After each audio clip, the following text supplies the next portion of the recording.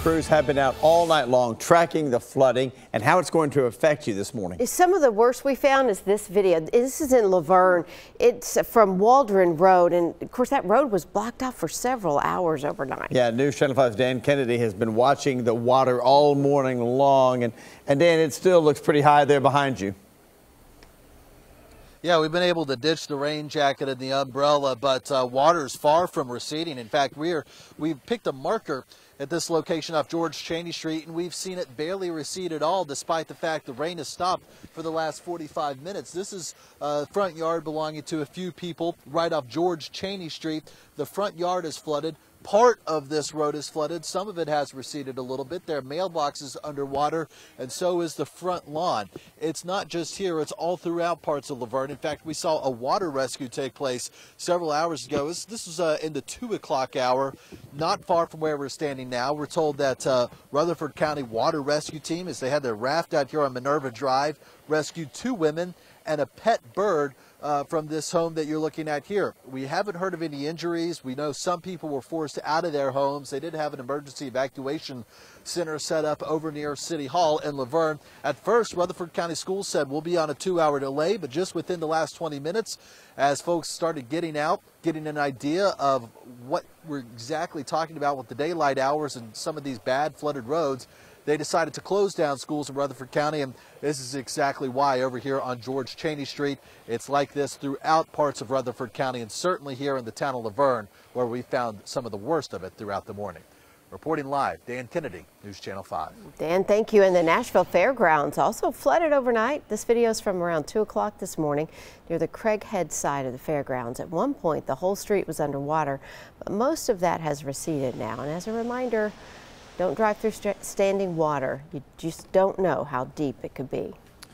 A Hermitage man and his wife are officially now charged with aggravated arson in one of the worst house fires you'll ever see.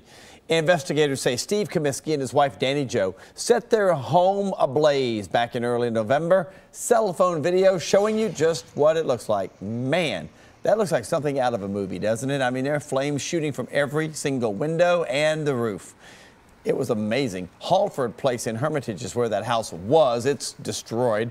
It wasn't until later that night, though, when police found the couple all the way over in Springfield. This video from Smoky Bar News showing when Steve Comiskey assaulted an officer during his arrest, and they had allegedly tried to set their van on fire in a fast food parking lot before the arrest. Both Steve and his wife Danny Jo now facing several charges this morning. Happening today, the 4 people accused of a Halloween paintball gun attack will be in court. Danielle Cloyd, Jatavius Pfeiffer, Joseph Pfeiffer, and Brianna Johnson will all face a judge for the first time this morning. A 16-year-old girl was hit in the eye with a paintball, and the suspects all face aggravated assault charges. Right now, police are looking for 2 men who stole thousands of dollars worth of alcohol. It happened at Grand Cru Fine Wine and Liquor on Murphy Road in Nashville. Metro Police say they took a sledgehammer to the front door and stole several bottles and took off in a blue GMC Sonoma pickup. Call 615-74-CRIME if you recognize them. Federal agents and police now working to find out who's behind the latest gun store theft.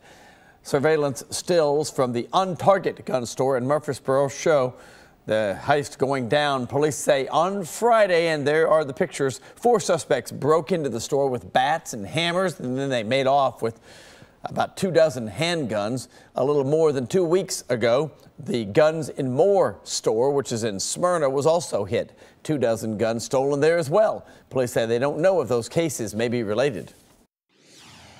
I don't know if this case is connected to any other cases at this point in time. It's an ongoing investigation. The detectives are not giving a lot of information out right now, but I do know that they are actively working the case. Police say now more than ever that if you are buying a gun, you need to call police before the sale to make sure that weapon is not stolen. If you know anything about either one of those gun store thefts, call the ATF or police in Murfreesboro.